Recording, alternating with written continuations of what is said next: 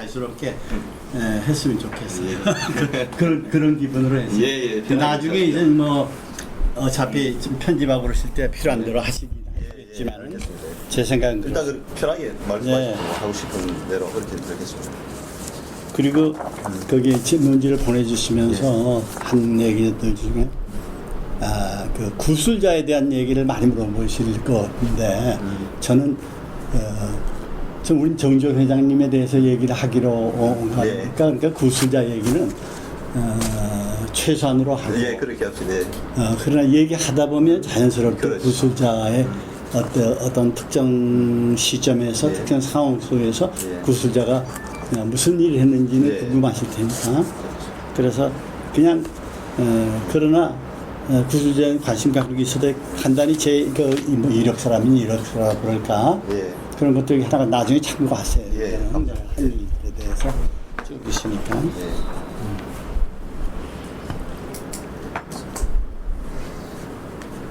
저희들은 여기 이제 구술 이 사업을 하면서 우리 그 창업자도 그 중심은 이제 창업자였지만은 이제 그때 그 시절을 같이 나누고 공감했던 분들의 어떤 그런 삶도 좀 나름대로 소중하다 생각했거든요. 네.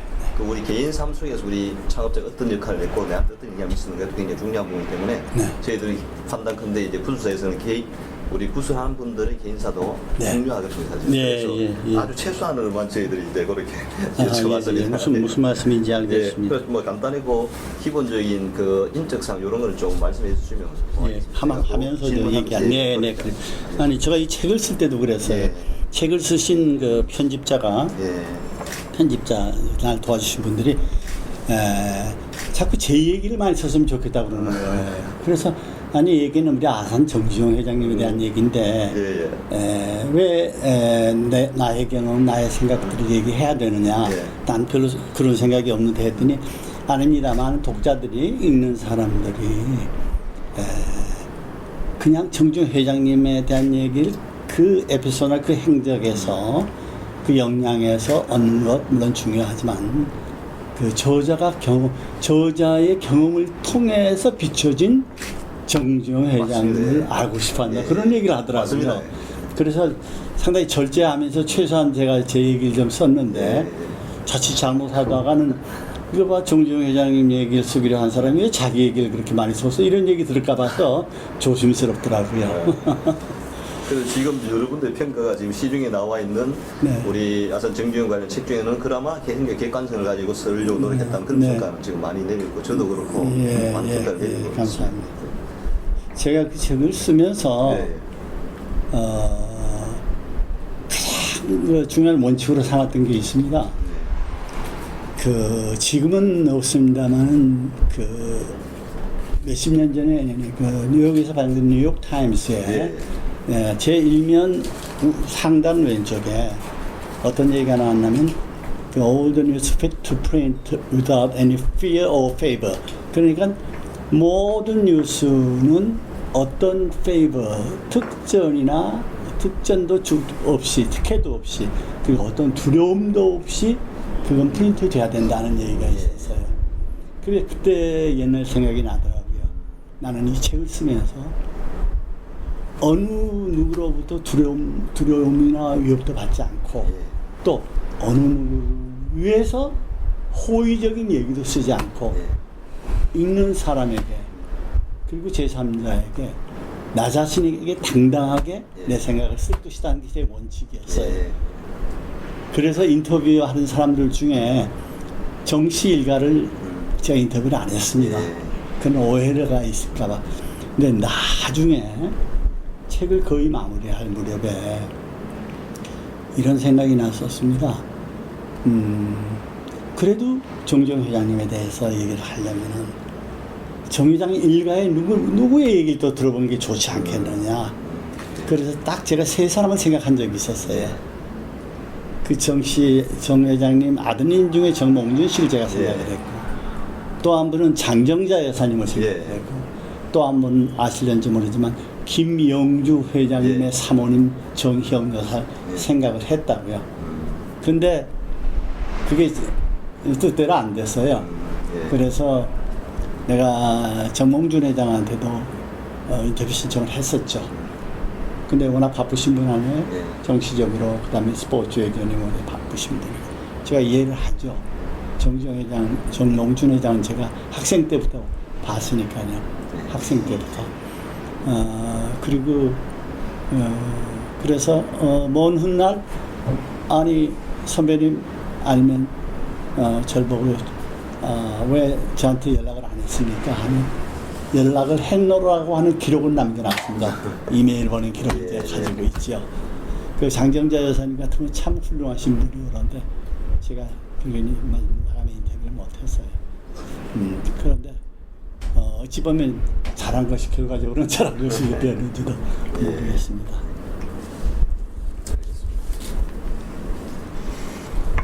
그리고 이제 조금 전에 말씀하셨지만 정 회장님을 모시고 있었던 사람이 쓴 책이 없었잖아요. 그동안에. 그래서. 근데 그 많은 인터뷰를 하고 그랬는데 그 사람들 그 과정에 대해서 궁금하실 것 같은데 저는 언젠가는 꼭 정 회장님을 모시고 있던 사람이 그래도 가까이 경험을 통해서 얘기하는 게 좋겠다는 생각을 했고 저 혼자 쓰지 않고 많은 사람을 인터뷰했던 이유는 책에도 기술했습니다만은 우리가 큰 산 속에 있으면 산을 못 보잖아요. 큰 나무 아래 있으면 나무도 못 보죠. 저는 그 산 속에 그 나무 아래 18년 동안 회장님 가까이서 모시고 있었는데 그로부터 떠나가지고 세월이 흐르고 10년이 흐르고 20년이 흐르고 그를 모시고 있었던 기간에 건 2배 한 배 반 정도의 기간이 지나면서 그 산과 그 나무가 보이기 시작하더라고요. 그런데 제가 본 거는 어디까지나 제 두 눈으로 본 거죠. 제가 언제 어디서 어떻게 보느냐에 따라서 달라지잖아요. 그러니까 자칫 잘못하면은 보는 사람의 눈에 따라서 달라지듯이 제가 보는 눈, 제가 보는 시점, 제가 보는 장소, 제가 관련했던 사업에서만 그를 보기 쉬우니까. 그리고 똑같은 것도 아침, 점심, 저녁 다르고 봄, 여름, 가을, 겨울 다를진데 어찌니까 그 많은 시간과 그 많은 계절을 나 혼자 다 봤다고 얘기할 수 없잖아요. 그러다 보니까 이제 이철림 회장님 같이 아마 지금 살아계신 분 중에 제일 많이 모셨던 분 그리고 저보다 젊은 사람들 연배가 저보다 한 10년, 20년 아래 사람들도 만나야 되겠다 해서 만나는 게 상당히 도움이 된 거죠. 예, 그분들이 대단하십니다. 예. 그럼 시작해도 되겠습니까? 예, 시작. 이 면담의 편을 위해서 일단은 우리 구술자, 우리 지금 창업자, 면담 이런 식으로 용어를 정리해가지고 들어가겠습니다. 간단히 우리 구술자의 어떤 인적사항에 대해서 좀 간단히 좀 말씀해 주십시오. 저는 1938년생입니다. 출생지는 전라남도 여수시고요. 제가 자라기는 어린 시절 자라긴 전라남도 보성군 벌교에서 초등학교를 나왔고 그다음 순천에서 고등학교 1학년 1학기까지 다니다가 서울에서 고등학교 1학년 2학기 때 다녔습니다.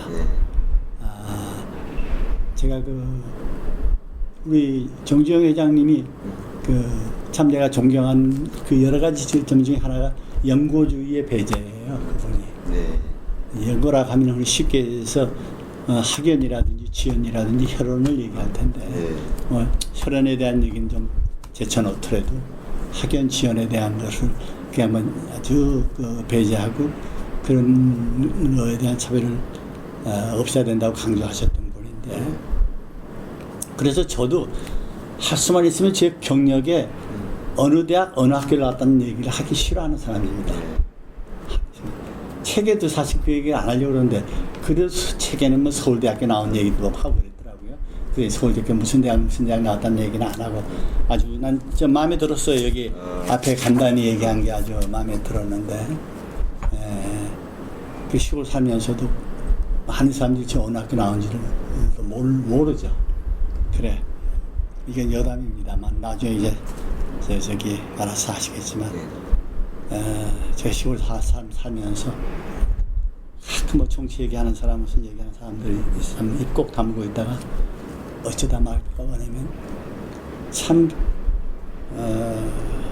우리나라 배웠다는 사람들 좋은 학교 나왔다는 사람이 참 이 나라 이꼴로 만들어 놓은 것 같다 이런 얘기를 하면은 주변에서 야 저 오봉 할아버지 평생에 젊은 날에 아마 서울대학교 들어가고 싶었는데 못 들어가서 뭐 그렇게 어찌 그렇게 한이 맺혀서 서울대학교 나온 사람들 욕을 저렇게 하고 못마땅해 하나 그런 얘기까지 제가 듣곤 했었어요. 예. 근데 뭐 그것도 제 자신의 편견일 수도 있고 그렇죠. 제 시각이.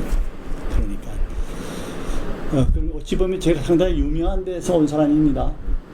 전라도 얘기하면은 옛날에 여수 가서 돈 자랑하지 말라는 얘기 들으셨어요? 예, 들었습니다. 벌교 가서 주먹 자랑하지 예. 말라요. 요즘 꼬막이 유명합니다만 아세요 꼬막?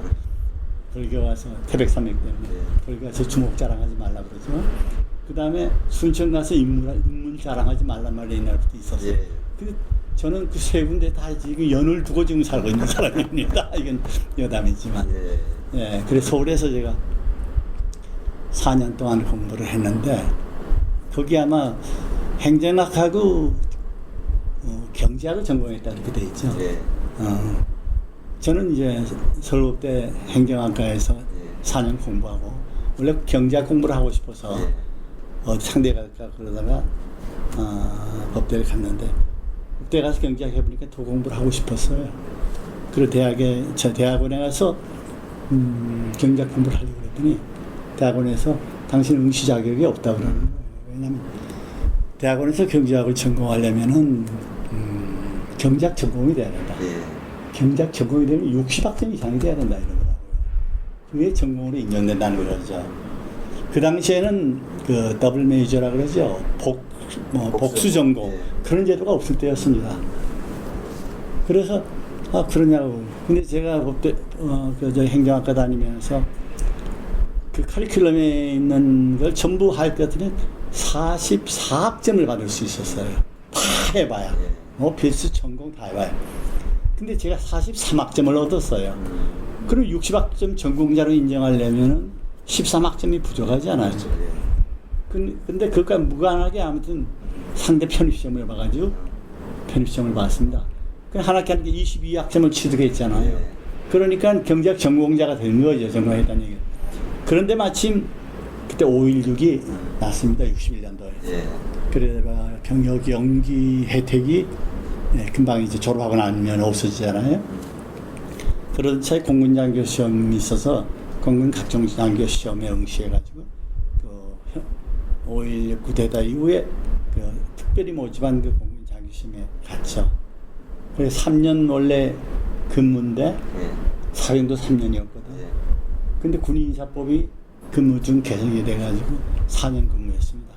그러니까 제가 현대건설에 입사한 1966년 4월 1일 날 입사했다고 그랬는데 바로 1월 30일 날 제가 전역을 하고 공군 중위로 전역을 하고 그리고 현대 건설에 입사를 했죠.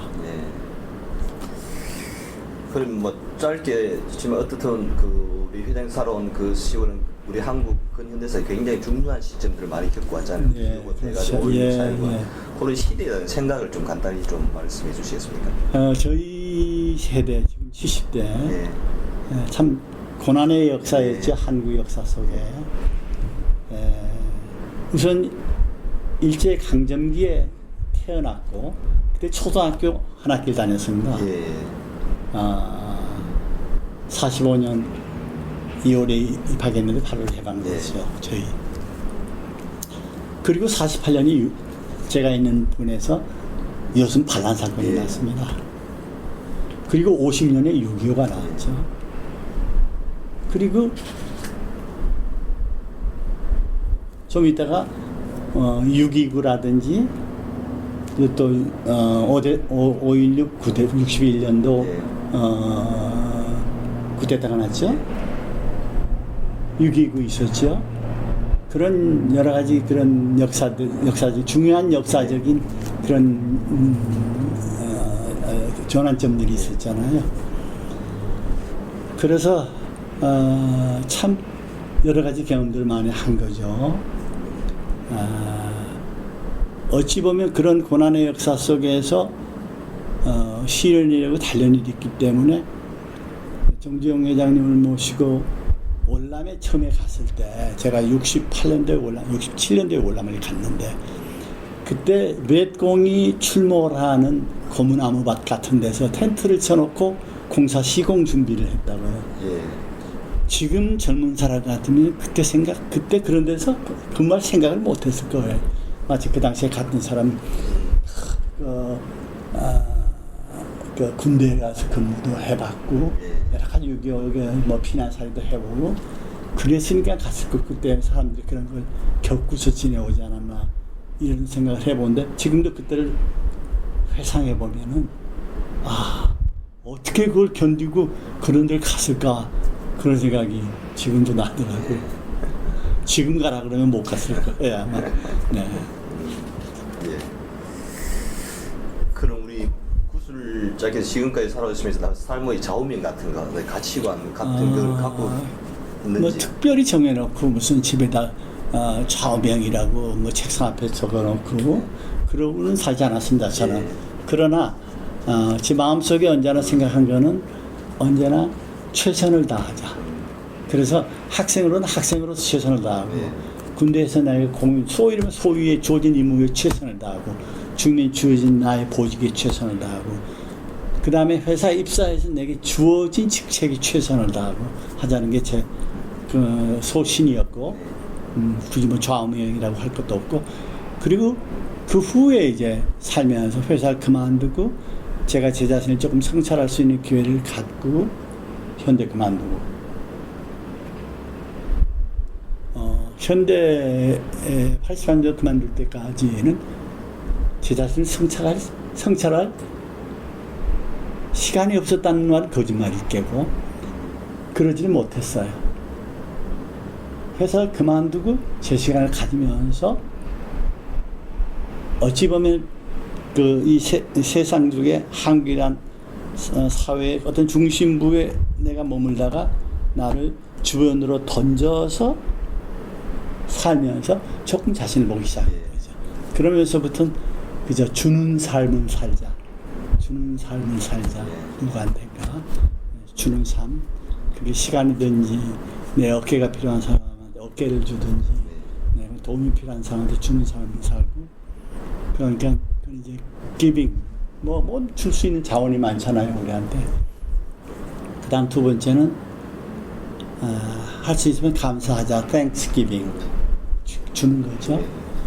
그 다음에 조금 마음의 여유가 있으면 너그러워지면서 남이 나한테 실수하는 것, 그 다음에 서서 잘못한 것도 좀 너그럽게 용서해 줄 수 있는 forgiving, 그런 giving에 대해서, 주는 거에 대해서 좀 생각하면서 살려고 노력을 하죠. 그러진 못하지만. 그럼 뭐 지금까지 꾸준히 하고 있는 취미 생활이라든가 예. 하고 있는 게 있습니까? 뭐 취미 생활은 가장 제가 회사에 있으면서 바쁜 1년 360일 중에 363일을 일해본 적이 있어요. 1972년도 조선 사업할 때, 예. 제가 조선 업무 부장할 때, 그때 제 365일 중에 363일을 회사 나갔으니까요. 그 바쁜 중에도 테니스를 했어요. 테니스. 예. 밤에 7시, 6시 끝나면 바로 테니스장에 가서 나이트 내가 테니스를 했고, 그 당시에. 예.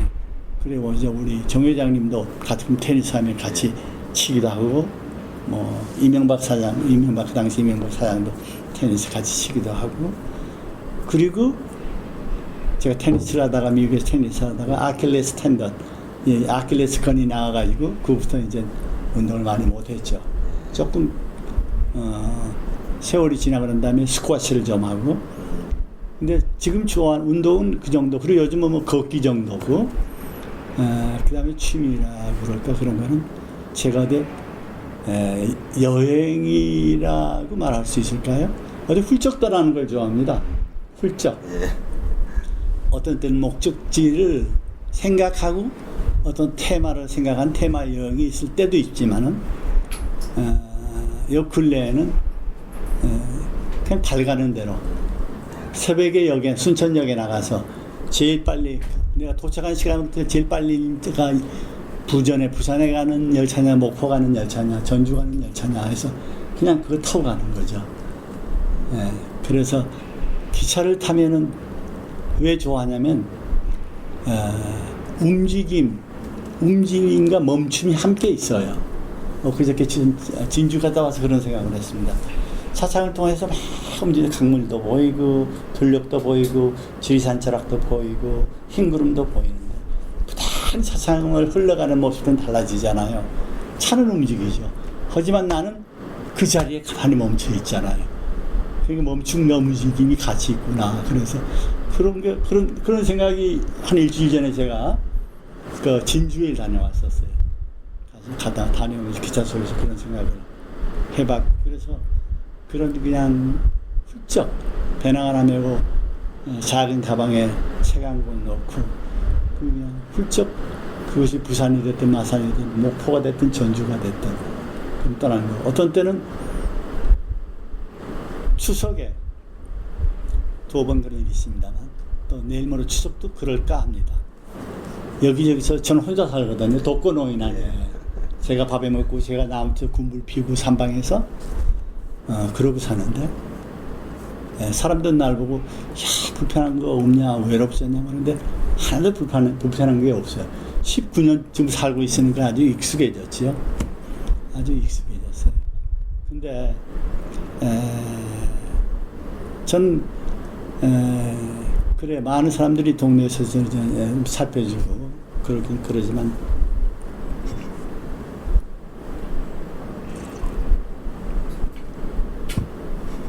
아무튼 그렇게 훌쩍 떠나는 거 제가 여행을 아주 좋아하고 그리고 지금 추석 얘기를 하다가 조금 안 내려나가는데 제가 혼자 있으니까 서울에 저 아우가 삽니다. 네.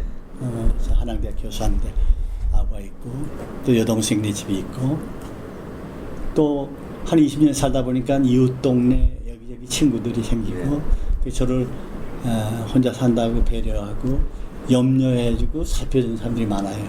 추석날 여기서 오라 그러거든요. 근데 전 반대로 추석날 전 혼자 있고 고적을 즐깁니다. 그래서 어떤 때는 안면밥솥 하나에다 밑밥 챙겨서 어떤 휴양림 속에 조그마한 방가로 같은 거 얻어서 거기서 3박 4일이 있다 오는데 이번 추석은 어떻게 할까 생각하다가 지금 마음을 정했어요.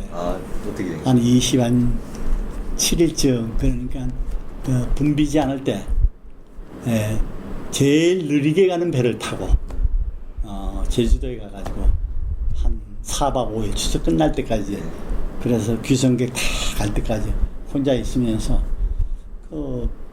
걷기도 하고 생각도 하고 또 제가 이 책 다음에 쓸 책이 지금 줄을 서서 기다리고 있는데 사실 이 책을 쓸 때는 전혀 몇 년 전까지는 이 책은 제 머릿속에 없었습니다. 이 책을 쓰려고 마음 먹었던 것 한 2년 반 전이었어요. 그래서 다음 책들 사실은 내 우선순위 속에 들어가 있는 책이 두세 권이 있는데 이게 그냥 뒤에서 갑자기 앞으로 튀어나오는 거예요. 그 이유는 2011년이 10주기 아니었습니까? 거기 맞춰 쓸 수 있을까 생각하고 시작을 했는데 자료 수집이 미진하고 그래서 좀 늦어진 거죠. 그러니까 이제 이 책은 이제 종착역에 왔으니까 또 종착역은 시발역 아닙니까? 그러니까 다시 떠날 준비하느라고 다른 책 쓸 좀 구상도 좀 하고 그러려고 지금 저희가 대단하십니다. 저는 많이 좀 여러 가지 살아야 된다 생각해가지고. 그럼 우리 그 현대에서 직장 생활에 대해서 좀 여쭤보도록 하겠습니다. 아까 말씀드렸는데 1966년에 현대건설에 공채로 입사하셨다고 했는데 입사했습니다. 그 대학을 졸업한 이후 처음으로 직장을 구한 그렇습니다. 처음 직장입니다. 그럼 현대 입사에 된 뭐 이유나 계기 같은 게 있습니까? 예. 그 당시에 그 1966년 제가 4월 1일 날 입학했거든요. 그리고 1월 30일 날 전역을 했다고 그랬죠. 근데 1월 이후 그 무렵에 현대 공채 시험이 있었습니다. 근데 시험 중에 그 시험 공고 중에 해외 공사를 위한 해외 프로젝트를 위한 그 직원이 필요하다는 얘기가 나왔어요. 그 당시만 해도 해외 진출은 정말 개인적으로는 생각하기 어려울 때입니다. 예. 그때만 해도 외환사정 나쁘지 경제사정 아주 나쁘니까 장관 부인도 국회의원 부인도 회사의 회장이나 사장 부인도 만들어 해외 못 나갔습니다. 그때. 예. 그러나 해외 프로젝트 때문에 건설공사 때문에 가는 사람들은 갔었어요. 아, 예. 그래 해외 공사라고 하는 거 이제 해외에 대한 관심이 있고 그래서 이제 그때 응시를 하게 된 거죠. 그때 우리 같이 응시했던 사람 중에 지금 남아 있는 사람이 음용기 회장이 나오고 입사 동기입니다. 근데 그분은 ROTC 했기 때문에 연배는 저보다 아래지만은 육군 2년 하고 나왔기 때문에 저는 4년이나 하고 그랬기 때문에 아마 학교 관계라든지 이런 거로 봐서는 한 2, 3년 아래일 겁니다. 나이로 봐서는. 은영기 씨가 있었고 김종식이라고 있었는데 중공업에 있었던 김종식 씨라고 있는데 그분은 해병대 출신인데 그렇게 세 사람하고 또 나이 잡수신 분 경력사원 해서 5사람이 외국 공사부에 들어갔었어요. 예. 곧 입사 당시에 어떤 현대 회사 분위기는 좀 어땠습니까? 입사 당시 제가 입사를 했는데 입사를 딱 하니까 무교동 92번지 옛날 구사옥입니다. 예. 거기에 7층에 사장님실하고 부사장실이 있었습니다. 7층에 서쪽에 저기 정주영 사장님실이 있었어요. 그 다음에 7층에 동쪽 끝에 정인영 부사장님실이 있었습니다. 그 사이에 외국공사부와 기획실과 회의실이 이렇게 있었어요. 그러니까 회장님실, 아니 사장님실, 조그만 소회의실, 뭐 그 당시에 건물 자체도 작았으니까 회의실, 그 다음에 기획부, 외국공사부, 그 다음에 정의양 부사장실이 있었습니다. 근데 딱 입사를 하니까 그때 65년에 그 태국 바타니 나라띠와 고속도로 공사를 수주해서 이미 일부가 동원이 돼가지고 대한항공 전세기 편으로 현장에 가 있어서 공사를 시작할 무렵이었습니다. 그러니까 그럴 때였기 때문에 아주 붐볐죠. 그리고 다른 한편 월남 지역에 진출 준비를 하고 있고 그럴 때였습니다. 그러니까 외국공사부에 입사한 사람은 이제 그거 준비하고 지원해주고 그다음 월남 프로젝트에 그때 이제 OICC 민간주택공사를 미 해군에 했는데 그 발주했는데 그 공사를 준비하고 있었죠. 그 공사를 준비하고 또 다른 뭐 투덕의 항타공사를 준비하고 있었기 때문에 그걸 준비하고 거기 장차 투입이 될는지도 모르기 때문에 그 공사에 관한 공부들 하고 그럴 때였어요. 예, 그리고 우리는 이제 전역 건설회사를 처음 갔으니까 거기에 적응하려면은 건설 공사에 대한 뭐 장비라든지 스펙, 사양에 대해서 알아야 되잖아요. 이제 그런 것들을 공부하고 그러고 있을 때였죠. 66년 그 4월 달부터 몇 달 동안 그래서 쭉 한 1년 동안 그렇게 했죠. 그리고 월남공사 같은 데 막 지원해주고 그러려면 음영기 회장이 쓴 책에도 그런 얘기가 나왔습니다만 외국공사부에서 그 우리 명예회장님 사모님 변주에서 사모님께서 그리고 김영주 회장님 사모님 김정영이 사모님께서 그 당시에 고춧가루라든지 된장이라든지 고추장이라든지 준비해가지고 회사로 가져왔다고. 근데 그걸 이제 항공화물로 그때는 보냈어요. 막 월남에도 보내고 막 그랬죠. 그런 거 발송하고 뭐 외국에서 온 텔렉스들은 그 당시 텔렉스였어요. 지금 뭐 컴퓨터가 없고 그래서 이메일도 없고 그럴 테니까 그 텔렉스 보내고 받고 그런 연락들하고 그런 일, 뭐 신입사원이 그런 일 한 거죠. 예.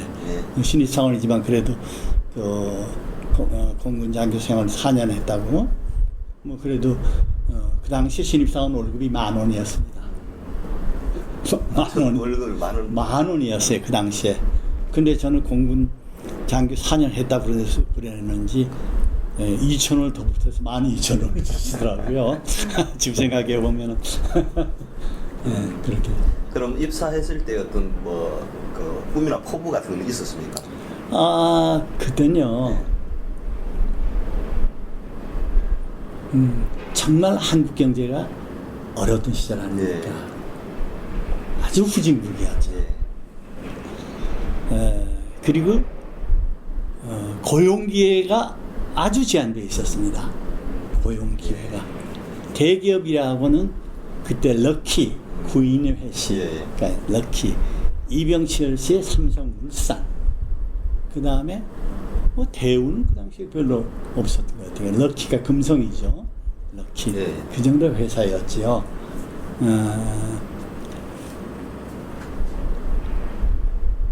그래서 고용 기회가 아주 어려웠을 때였어요. 그때. 예. 그러니까 그 대학을 나온 사람들이 취업하기가 굉장히 어려웠을 때였습니다. 그 당시에. 근데 마침 해외 공사에 관심이 있고 그래서 그러던 차에 이제 현대에서 해외 공사 관련자를 모집한다 그랬더니 사람들이 많이 몰려왔었어요. 그 영어를 해외 공사라고 그러니까 외국어에 그 당시에 이제 회장님 65년도에 그 제가 입사하기 1년 전에 65년을 해외 진출의 원년으로 선포를 하셨거든요. 그러니까 외국에 있는 동안 사람들을 모집해야 되겠다. 그래서 한국 외대 출신도 있고 서울대, 상대, 서울대, 법대 이런 이제 그런 사람들이 이제 많이 응시를 했었죠. 그 당시만 해도 그 뭐 취업이 아주 어려웠을 때였으니까 아주 응모를 했었죠. 그럼 창업자와의 첫 만남은 뭐 신입사 면접 때입니까? 안 그러면 그때는 우리 그 면접 때는 회장님 안 나오셨어요. 그 당시에 해외공사 업무 해외 외국 공사 부장 안지향 씨가 이제 그 나와서 면접을 하시고 그랬었어요. 예. 그다음에 사장 부사장은 면접에 안 나왔었어요. 그 당시에는. 그럼 창업자와의 첫 만남은 어떻게 이루어졌어요? 첫 만남은 제가 참 기억이 안 나요. 왜냐하면 신입사원이니까 뭐 꿈에도 생각 못하죠. 근데 저희들은 그 당시에 해외공사는 정정 사장님의 가르쳐제가 아닌 그분이 관장을 안 해서 거의 손을 안 들이셨어요. 물론 해외공사 하니까 총책임이 있지만 예. 그리고 주로 정인영 사장님께서 관장을 하셨어요. 예. 딱 정인영 사장 옆에 방에 있는데 그 당시 완전 신입사원 아니에요. 신입사원 4월 1일 날 모르죠. 한 몇 달이 지나니까. 근데 그때 5월인가 6월 1일인가 한 4개월인가 5개월 있다가 저를 대리 밥할령을 내더라고요. 예. 저기 호랭이 담배 피던 시절 얘기죠. 그 4개월, 5개월밖에 안 된 사람을 대리 발령을 낸 거예요. 그 당시 상황, 시대적인 상황이 지금하고 다 다르니까 거기다가 아마 군대 경력, 장교 경력 4년을 아마 고려해서였는지 그 부장님께서 추천을 했는지 어떻게 해가지고 대리 발령을 냈어요. 그 무렵이었죠. 그래 그때 우리는 이제 해외 공사에 대한 상황을 파악하느라고 그 당시 해외 지점과의 소통 수단은 통신 수단은 텔렉스란 말입니다. 네. 텔렉스에 그 텔렉스를 받고 보내고 하는 거. 그다음 외국에서는 편지 같은 거 보고 번역해서 올리고 또 기한을 해서 또 외국 사람한테 보낸 편지 쓰고 그랬죠. 근데 그걸 누가 전부 관장하셨냐면 정의영 부사장님께서 관장을 하셨어요. 근데 정의영 부사장님은 영어를 잘하신 분이잖아요. 일본 아오야마에서 영어를 공부를 하셨고 청산학원에서 그리고 동아일보 기자를 하셨고 그리고 그때 그 시절 66년도 그때 그분은 방에 들어가면 영국의 파이낸셜 타임스라든지 월스트리트 저널 같은 거를 보시고 계셨어요. 그리고 잡지도 비즈니스 윅이라든지 아마 대한민국에서 그분만큼 빠르게 해외에 대한 정보를 가지신 분들 드물었을 거예요. 그분의 독특한 그 습관 중에 하나가 이렇게 발을 갖다 여기 책상에다 올려놓고 보시면서 신문 한 페이지 보시잖아요. 그냥 탁 던집니다. 저쪽 던져버려요. 그냥 이렇게 놓질 않아요. 탁 던지고 탁 던지고 그러면 이제 비서가 나가서 하고 그랬어요. 근데 그분이 말씀이 좀 빠르죠. 이제 나중에 얘기할 기회가 있을는지 모르지만 미리 말씀드리면 그분이 외국인들과 만났을 때 비즈니스 외국에서 방문한 외국 비즈니스맨 아니면 해외에서 나중에 월남을 방문해서 이젠 그 클라이언트 시행청이라든지 의뢰인을 찾아갔을 때 그분만 들어갔다면 떠들썩합니다. 한국 사람이 말이지 들어가는데 미국 사람은 그래서 뭐 웃음소리가 막 나와버려요. 그분이 얻은 두 가지의 별명이 있었습니다. 하나는 laughing boy, 웃는 소년, 웃는 사람이라고, 웃는 친구라고 laughing boy라는 말이 있고, 또 하나는 말씀을 굉장히 빨리 했어요. 다다다다다다 하니까 머신과 기관총이